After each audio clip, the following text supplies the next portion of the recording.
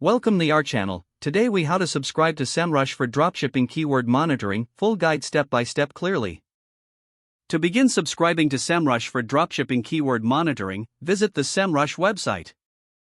Click on the Get Started or Sign Up button, typically located on the homepage.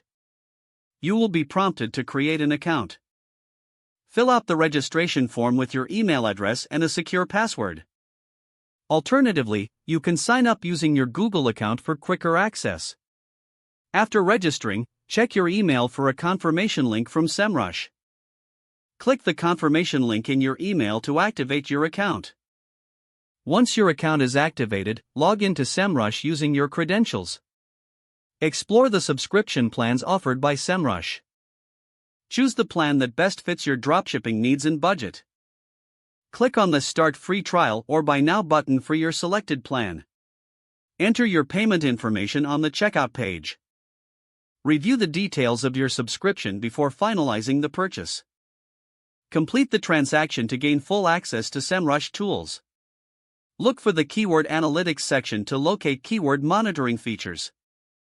Begin by entering relevant keywords related to your dropshipping business. Set up keyword tracking to monitor their performance over time.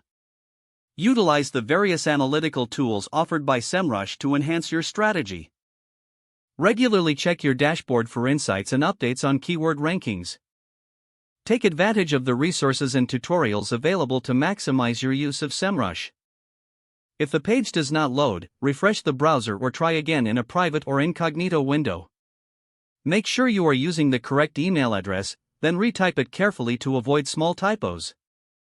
If your password is not accepted, use the reset option and create a new strong password you can remember.